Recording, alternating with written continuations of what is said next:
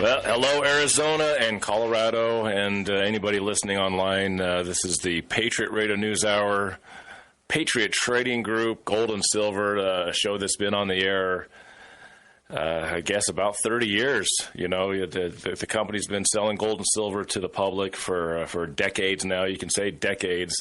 So, you know, 2 decades doesn't sound, you're kind of pushing it, but when you get to 3 decades or more, I think you could say this show's been, and this company's been providing a service to the gold buying and silver buying community for decades. The number to call, I want to get that number out there because I got some great stuff going on with gold and silver. The number is 800-951-0592. That number one more time is 800-951-0592. Gold is up about $21. It's just roaring. Silver is, it wasn't up as much. Let me triple check that. Silver's got a modest gain. It's about 15 cents. It's trying to push that $31 range. I'm taking a look at all the news and everything, and I'm looking at the CPI. Joe's usually, I leave the numbers to him most of the time, but I do check certain numbers. We had talked earlier in the week, hey, would we get, for me, I do the year over year. Joe likes to do the month over month. The year over year, if it was to hit 3, it was going to be panic and worry.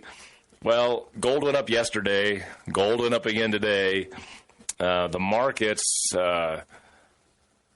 just kind of holding. They're flat. You got the Dow kind of holding, just down 12 points. The S&P is up 11, and the NASDAQ is up about 7. So it's almost like they're kind of deer in the headlights. They're just kind of looking around, maybe waiting to see what happens after Trump gets inaugurated Monday.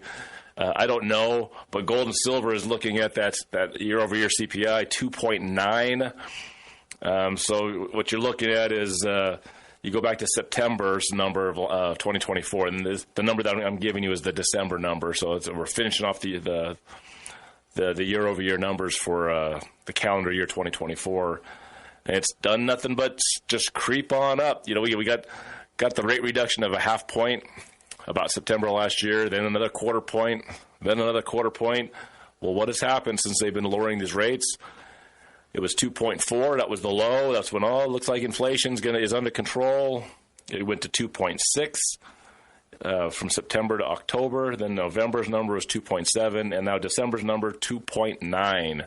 Didn't hit that 3, and even though that was, Joe was saying earlier in the week that would be I guess a number to celebrate. I suppose that we're under 3% inflation year over year. Gold is acting like it's something bigger might be getting ready to happen. Gold up $21 to $27.19. And like I said, silver's up 15 cents, just a little below 31. So I got some stuff. I want to really bag on central banking and talk about, when I came on to Patriot, this was my big thing is you really want to. I like going right to the root cause, the elephant in the room, that causes most of the problems, and whether it be social, economic, geopolitical, and it's the moneyed powers of the world throughout history that have caused a sort of enslavement of mankind, which doesn't have to happen. And I'm going to talk a little bit about that. I'll talk a little bit about my favorite president, Andrew Jackson, and I'm going to cover some of that as the show goes on, but I'm going to do Joe not on the air today. I thought maybe he'd be back from Tijuana. So I think what I'm understanding is he decided to come into Colorado. He wants to climb Mount Evans. I guess it's only a challenge if it's covered with snow and ice. So he's too busy to come on the air. And so with that, I've decided against all reason, with gold being up 3 days in a row, I'm going to keep the $20 Liberty special. Now, this is limited now. It was $27.75 on Tuesday, and gold was going up. Yesterday, gold went up. I ran the special at $27.75. A lot of you guys out there are falling asleep, I believe, not paying attention. Don't be asleep on this. This is a junior executive decision here. I'm going to keep the $20 Liberties at $27.75 with gold up $21 to this point. This has the feeling like gold might go up another $5, $10 the rest of the day. I mean, it could come back a little bit, but regardless, the specials on the $20 Liberties will remain the same. $2,775. You call 800-951-0592. 800-951-0592. I know that not everybody can afford a $20 gold piece, but we have these available, and they the fact that they didn't sell completely through them, it is what it is. But for any of you that are listening, and it's like, you know what, I'm not going to sit here and not do this again after 3 days of being offered this. I don't see this being offered tomorrow at all. In fact, I know a couple of customers that probably will call late in the day and probably just take all of them. So you've got, I would say, the rest of this morning into the early afternoon to jump on this. $20 gold pieces, $2,775, Patriot Trading Group, and we specialize in that old gold. I love the pre-33 gold, just like I love the 64 and older silver. Love the silver dollars. I love the half dollars, quarters and dimes. It's just because it was the money. And in the next segment, we're going to talk a little bit about, how did this country end up where it is? Why was it so great? Why do people think it's still great? And why do people worry about where America's headed all the time? Because I think it feels like great is going to become average in the years to come. Nobody wants to be average, right? Stay with us. You're listening to the Patriot Radio News Hour.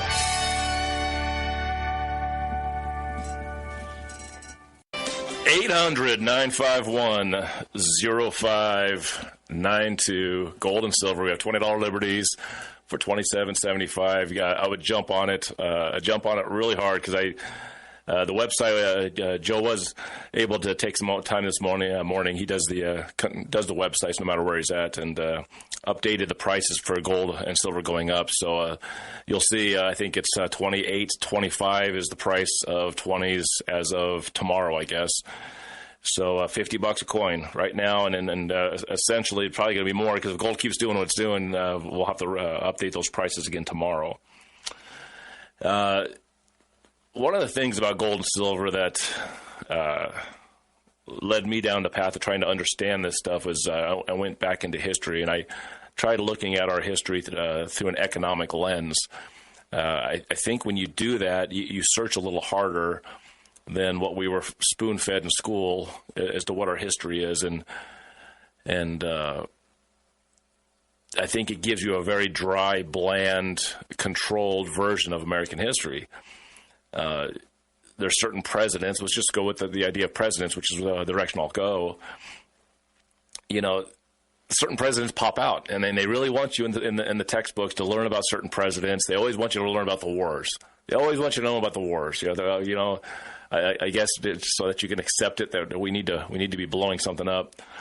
But you don't hardly hear a lot about different presidents. Martin Van Buren, William Henry Harrison, John Tyler, James K. Polk. These Millard Fillmore, Franklin Pierce. You don't hear these presidents. It's like, I think 1800s presidents. People are like, what does it really matter?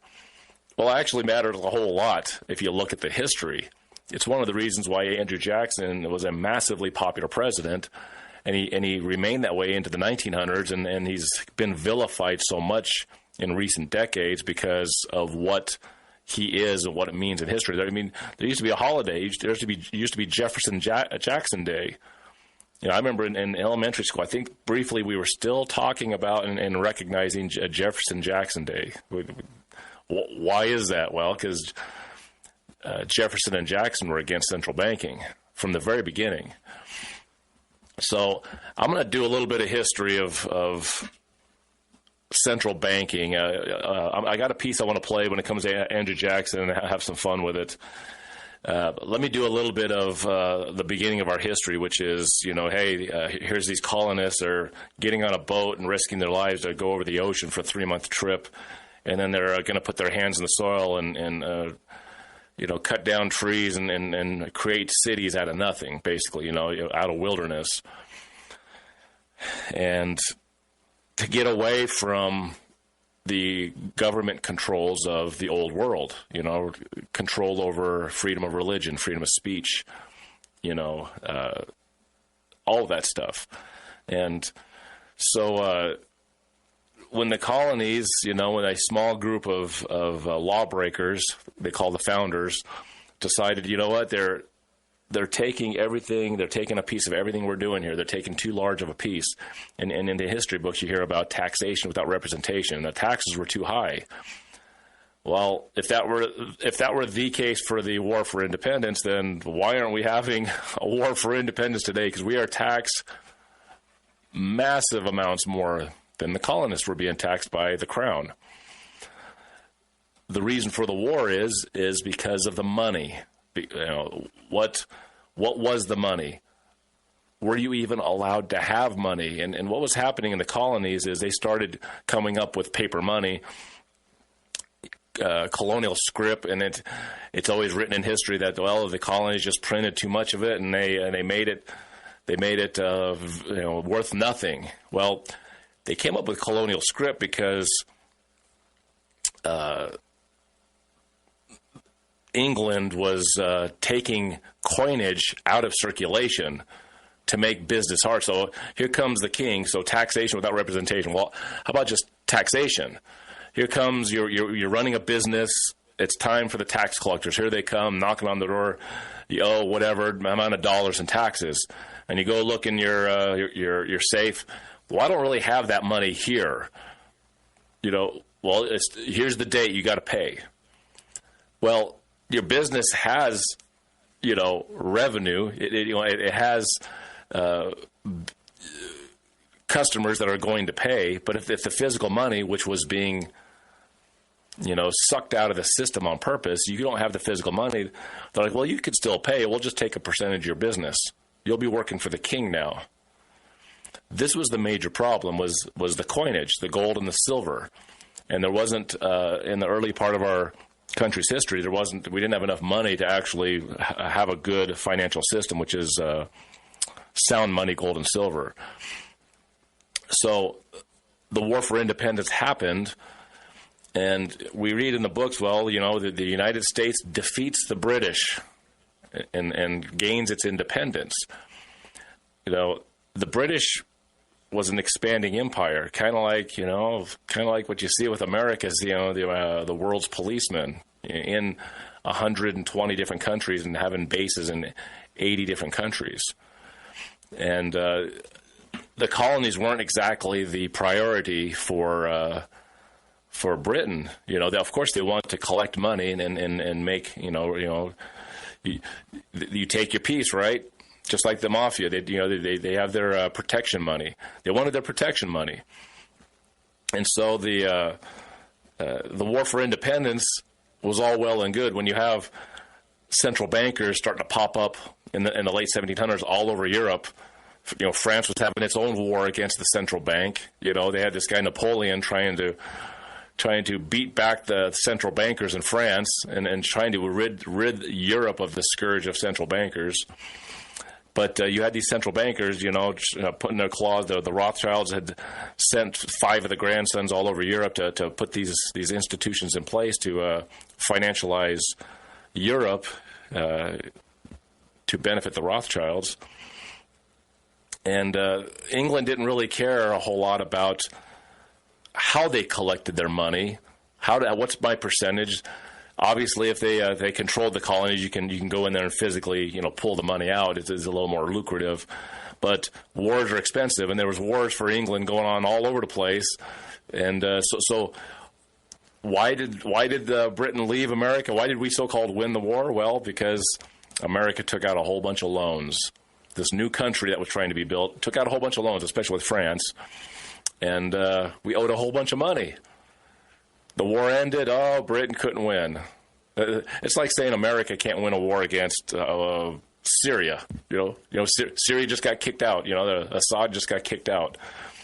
America doesn't lose wars to countries like Syria. That's what America was. I mean, America was the Syria of the 1770s. How's that? If Britain wanted to win that war, if they really wanted to control the country physically, they would just send massive armies and they would just occupy. It's expensive, especially when you got wars going on in other places. But since a central bank had loans against this new country and interest was being collected, this was great. And then you had a whole bunch of your very loyal British citizens like Alexander Hamilton saying, well, here's our new country. Let's get a central bank. And we'll borrow money from the Bank of England. And this is the way the new country should run. And Thomas Jefferson's like, are you mad? Isn't this what we were trying to fight against? And there was this big fight between Thomas Jefferson and Alexander Hamilton. But essentially, this so-called war for independence that we so-called won ended with a huge debt, paying interest from a new government, which means taxing our citizens so that the national government can pay off this war debt, which everyone's all happy. Hey, we won the war. Sure, I'll give you some tax money, right? And Alexander Hamilton, after the Constitution was passed, and there was a constitutional amendment that Thomas Jefferson fought for, and he had to concede because you had to have 13 colonies agree to this thing. You had to have unity. But Thomas Jefferson wanted an amendment to the Constitution that said that the federal government is forbidden to borrow money. It's a simple addition to the Constitution saying that the federal government is forbidden to borrow money. Now, you hear Joe every day talk about the amount of money we borrow and the $35 trillion in debt that we are, and it's like a maddening situation. And some people would think, well, how would a government be able to even survive without the ability to borrow? Well, the government of the United States doesn't need to borrow money. They can print the money, the national money. They have that ability. They can mint the gold and silver coins and create as much money necessary for this new country. But no, to get all 13 colonies signed up, the one big concession to that Constitution that I think allowed America to become its own country and start this new empire to get up and running was they wouldn't allow Thomas Jefferson's amendment to keep the government from one power. We're not going to give the power to borrow money. They have the ability to print. So I'm going to play a piece coming up. I might play some of it on this segment and the next. But Alexander Hamilton was able to push through a banking bill, which is a 20-year charter for a central bank. Because we really need smart people to help run the money of this country, and so we need a central bank, and that'll really help. And it was horrible. The Constitution was ratified in 1789 and 1791, 20-year charter, central bank. It was of a huge weight. It was money leaving because these central bank charters early in our history, it was just the Bank of England. It was their loyalists sending our blood, sweat, and tears, as it does today, off to the Bank of England. We didn't have a Federal Reserve. We had the first bank of the United States. We had the first version of the Federal Reserve. And it was a 20-year charter from 1791 to 1811. And when the 1811 approached, there had to be a vote to renew the charter for this bank. And the Rothschilds saw that the re-charter for this bank was not going to happen. And they made a threat. They said, if you do not re-charter our bank, there will be war. And I ask a lot of people, why is it that there was this war, the War of 1812? Why did this happen? How much do you know about the War of 1812? Nobody wants to know. Nobody even asks. The War of 1812, it's one of those things that you just kind of pass through when you're learning your U.S. history, right? Well, because they don't want you to know that is completely and strictly a war for economics. By one vote in the Congress, the United States government did not recharter the bank of the first bank of the United States because economically America wasn't getting on its feet because of this weight it was dragging. And so you want to know why it's the War of 1812 and not the War of 1808 or the War of 1815. It's the War of 1812 because the British showed up to collect their protection money. And once again, you'll hear, well, we won the War of 1812. It's funny, if you look at the War of 1812, America won almost none of the battles. Andrew Jackson became a hero because he had a massively decisive victory in the Battle of New Orleans in 1815 at the end of the war. But other than that, which created, Andrew Jackson, he's had no love of the British, and he hated central banking. But how do you win a war when you lose most of the battles? Why did the British leave in 1815? Why did they so-called surrender or come to terms? Well, because when you have a war, what does a war cause? A war creates debt. So trying to pay off those loans from the War for Independence, you ended up with the first Bank of the United States. You have the War of 1812. Now you're borrowing money for a war. You get drug into this thing. The British are there for a while, and they blow up some things and burn some things down, and they win a lot of the battles, and then they leave. Well, they left because a new charter, the second Bank of the United States, was put into place in 1816. We were in war debt again. Britain didn't want to occupy. They just want their pound of flesh. So in the next segment, I'm gonna play a piece about Andrew Jackson, who comes in shortly after the War of 1812 ends, and he starts running for election in 1824. And then we'll talk more about some of these 1800s presidents, which nobody seems to know about, but it all seems to be elections based off economics. 800-951-0592. Gold's still creeping up a little bit. It's still sitting around $2,720. It's up $22. We have $20 liberties for $2,775. I've made the junior executive decision of holding the price for a third day, with gold going up every day. There's not a whole lot of these available. I highly suggest you jump on these. We don't know if gold's getting ready to break past 2,700, which it's done today, and continue to get closer to that record high of about 2,780, and then go blowing past 2,800. If it starts doing this stuff, we could have a repeat of last year, because this is starting to feel very eerily like last year, when gold early in the year started to test those highs, and then about February or March, it blew past the highs and just kept up and going up $100 a week for several weeks in a row until it was up $400 or $500, and we haven't seen 2,000 and 1,900 gold for over a year now. So get those $20 liberties, $2,775 at 800-951-0592. I'm going to play a piece on Andrew Jackson. The 1800s the presidential elections were about the financial well-being of the country. The president's job is really only to just protect the country, and that means financially protect it from outside means from coming in and financially destroying us. So I'm going to play this. It's a brief history on Andrew Jackson, about the war on the bank, the second bank of the United States. I'm going to play the whole thing. Every time you watch any of these history videos, you really should be careful, because they're always adding stuff in. I love that. I'm going to pick on the end of this video, because they say things that are just not true at the very end, which is fun. But a lot of the information at the beginning is really good, and the guy has a more pleasant voice, and he's, it's all well-prepared video. But I could give you the same information, but to take a listen to this, and I'm going to give you more information of what was really going on, and then towards the end of this hour, I'll let you know why it matters to us nowadays, these couple hundred years later. Let me get this thing set up. Here we go.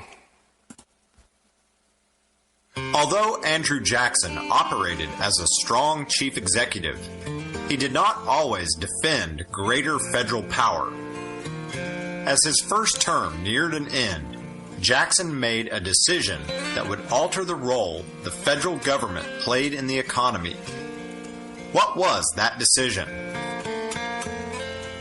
The Second Bank of the United States was given a 20-year charter by Congress in 1816. This charter granted the bank the power to act as the government's financial agent. The bank held the country's deposits, made loans, and regulated the currency. The bank also transferred federal funds between states, issued banknotes, and handled payments and receipts for the U.S. government.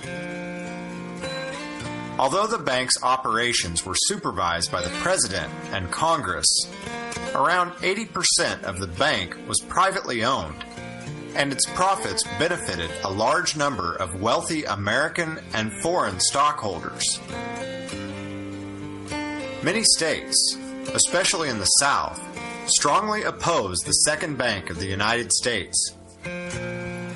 In the early years of its existence, it had been riddled by poor financial management and corruption. A great number of small farmers believed that the bank existed mainly to benefit the wealthy ruling elite, and that the institution gave foreign investors too much influence in U.S. policy. Although Jackson realized the important role the bank played in the U.S. economy, he distrusted the institution and even questioned the constitutionality of its existence.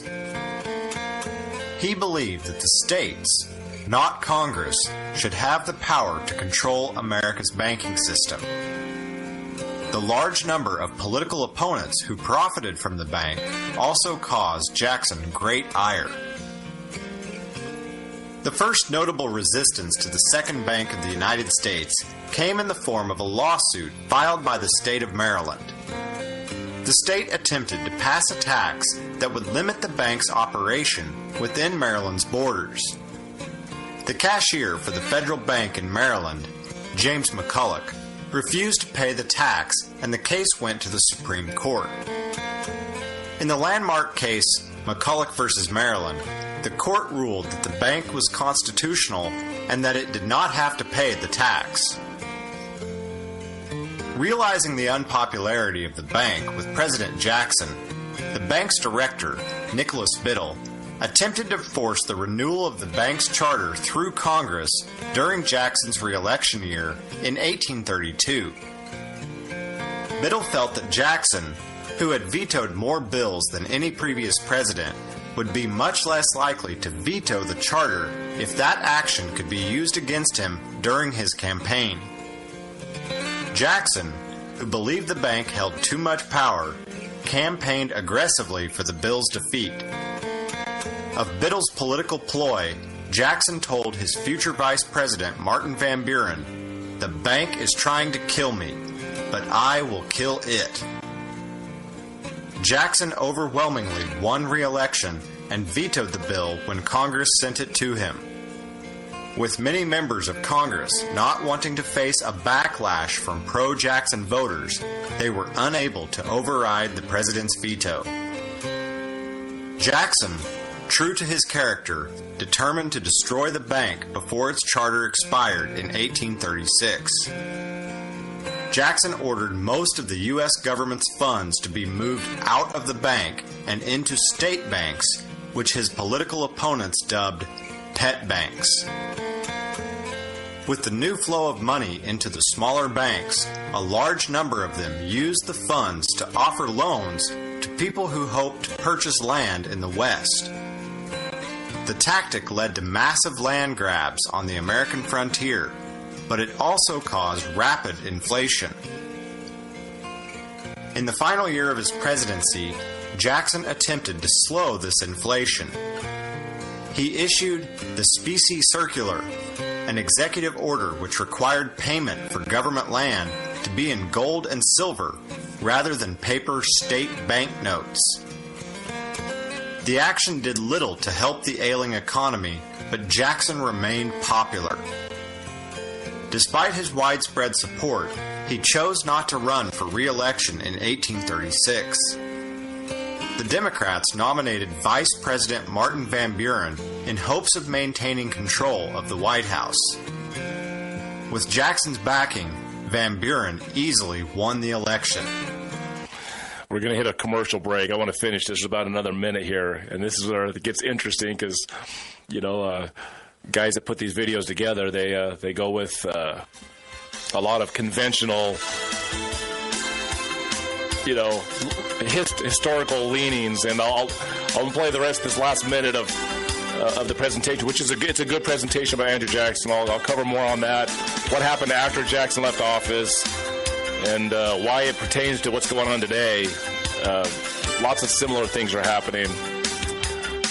We'll be right back.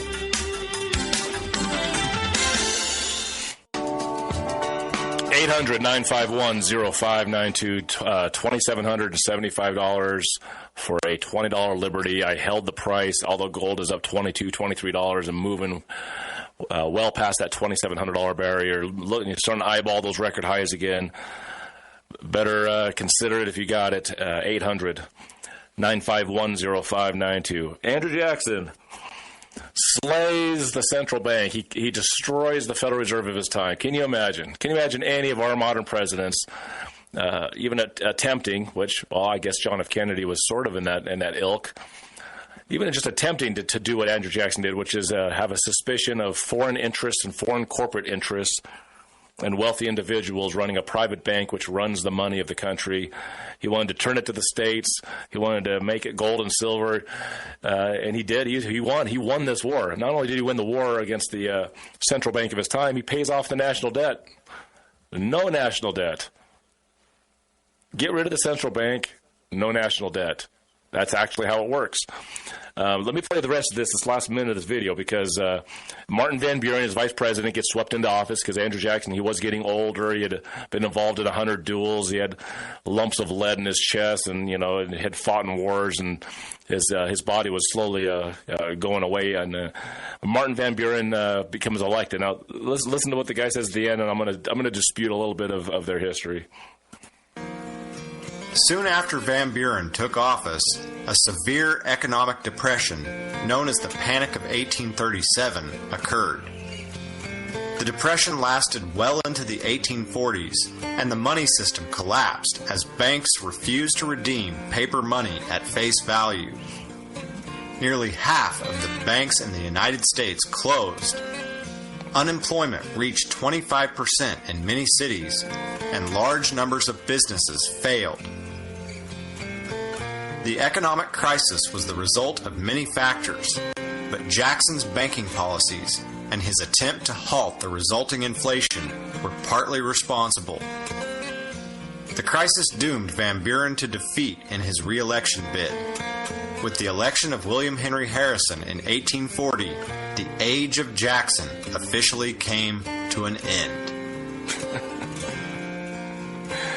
Okay, the age of Jackson came to an end, and gosh darn, Andrew Jackson, he did his best, but he probably caused a huge financial mess. He ran away from office, and he's just blame him for this huge depression that happened when he left. So Martin Van Buren gets elected in 1836. He is inaugurated in 1837. And yes, and he is correct. A huge depression starts in 1837. Just massive economic strife. And when you take an old system out and replace it, especially in this situation, with something better, you're going to upset some really rich guys. Let's just pretend in some fantasy that we got rid of the Federal Reserve. Let's just say Donald Trump is this hero that all of the MAGA guys think he is, and he decides to, at his own reputation, essentially collapse the entire United States economy by getting rid of the central bank, getting rid of federal income tax, and putting us righting the ship. The reason everything would collapse, and he would probably be looked at as the enemy for doing all this, he'd be pointed at for being the cause of this, is because there would be an economic collapse. Can you imagine the Elon Musks and the Zuckerbergs, and then the bankers, the Jamie Dimons, and all the big banks? That they would cause war and they would cause economic strife and try to stop this sort of thing from happening. Well, this is exactly what happened in 1837, the Panic of 1837. Remember earlier in the show I said the colonies didn't even physically have possession of the money to pay their taxes. It wasn't that the taxes were too much. It was that the physical money to actually pay the taxes wasn't there. And so the British would come and say, well, we'll just take part of your business. Oh, you're a farmer? We'll take part of your field. We'll compound the debt. We'll just put you into debt, and you just pay us these payments. And when the money becomes available, if you want to pay off the debt, that's fine. But good luck. We're not giving you coins to use. That is what happened in 1837. And I actually I collected a thing called hard times tokens. These were being minted in the late 1830s into the early 1840s. the banks and the people loyal to the Bank of England and the Second Bank of the United States and wanting that system to enrich the corporate banking interest of the time, they started pulling all the gold out of the system. They started pulling all the silver out of the system. They even pulled all of the copper out of the system. Pennies back then, which the way you're supposed to call them, they're cents. Pennies is Europe. That's England. We have cents, and the large cent was a quarter-sized piece of copper, and that was what 1 cent was. Look how small the pennies got after the Civil War, and then they went from copper to zinc here in 1983. Inflation. But the large cent, the copper coinage, the most popular coin, because a penny could actually buy you something back in 1837. All this coinage was being pulled. And since Andrew Jackson put the policy of a gold and silver money system, stressing on the coins being the value and the paper to be suspect, the video says, 50% of the banks just closed. The bank failure. Half the banks failed because of these policies. Well, they didn't fail because of the policies. They failed because they were supposed to fail. If you're a bank and you're issuing currency in Delaware, and you issue too much currency, and your depositors start to pull the gold and silver out of your bank, and you run out, your bank is going to fail. You were a poorly run institution. What Andrew Jackson put into place was fiscal responsibility. And all those fraudulent institutions found themselves unable to do business. The bigger interests, Nicholas Biddle, the Second Bank, the Bank of England, then took all the money out of the system and caused this depression. But here's the thing the video didn't cover. It was short-lived. Yes, Martin Van Buren couldn't get reelected, but economic prosperity started in the early 1840s and continued all the way to the Civil War. It was the most prosperous time in America's history was after Andrew Jackson and before the Civil War. It really built the entire nation. Stay tuned. I got one more short segment on the other side of this thing. Let me play the last part of this thing because this is where I want to hit, and we'll hit that gold special one more time. Martin Van Buren could not get reelected, and Andrew Jackson, his policies were partly responsible for this horrible depression. Check this out. With the election of William Henry Harrison in 1840, the age of Jackson officially came to an end. Completely wrong. Why, when I was in school, was I still hearing about Jefferson Jackson Day? Why is he on the $20 bill? He's on the $20 bill because the bankers who got their central bank back in 1913 immediately put Jackson on paper bills as a slap to the man that defeated them. William Henry Harrison got elected. He's the Whig Party. The Whig Party was a pro-banker party, and it became the anti-bankers versus the pro-central bankers. And it was becoming very unpopular to even speak about central banks. So the central bankers were going to have to slowly rebuild the confidence of the people and be very secretive. It's why the Federal Reserve was done in secrecy, because even all the way up to the early 1900s, people understood this stuff. People in America today don't understand any of this stuff. We've been dumbed down so badly. But it's almost like a divine intervention in a lot of ways when it comes to God. I think doesn't want usury. It's in the Bible. It's in the Quran and other religious texts. That usury, you're not supposed to enrich yourself on the back of your brother. Andrew Jackson, before he took the Second Bank of the United States and completely destroyed it, a lone gunman with two single-shot pistols, both misfired to kill Andrew Jackson. They both misfired. William Henry Harrison was elected because of the hard times created by the financial interests. They're going to try to get, they were going to put a central bank right back into place immediately, because the country was still a little divided on it, and the economic problems that the bankers caused was a perfect moment to put the third bank in the United States, or whatever they were going to do. William Henry Harrison ended up getting pneumonia. He in his inaugural, which is a very cold, rainy, bad day, he ends up getting pneumonia and dying just 30 days into his term. And his vice president, John Tyler, wasn't quite the Whig that they wanted him to be. He was trying to be, he wanted to have compromise, and he came up with a central bank policy that he would vote for, but it was very restrictive to the powers of a new central bank. So it was unpopular by the anti-bankers and the pro-bankers, and John Tyler kind of just went through his one term, and when the next election came up, as that video we heard, the Jefferson age ended. Really? Because in 1844, James K. Polk ran for election. They called Andrew Jackson Old Hickory. Well, they called James K. Polk Young Hickory. He was very much a Andrew Jackson guy. He was a total anti-banker, a great president who put his policy in place. Is like, I'm going to do one term. I am not seeking re-election. I'm going to make sure that we're not going to have a central bank. And he put these several things he wanted to get done for America for his one term.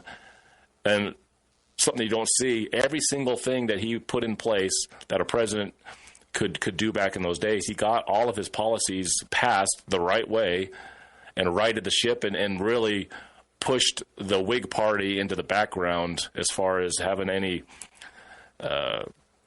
real bite to get their bank back. And that's I don't know if Joe's going to be on the air with me tomorrow, but I may continue with this if he's not on the air, because hey, the banks stayed away, and it took the Civil War to start getting the bankers back into the fold in this country. And hey, the 1800s, there was no inflation during all of this stuff. No inflation, no central bank. I highly suggest you jump on the special, $27.75 for a $20 live, 800-951-0592.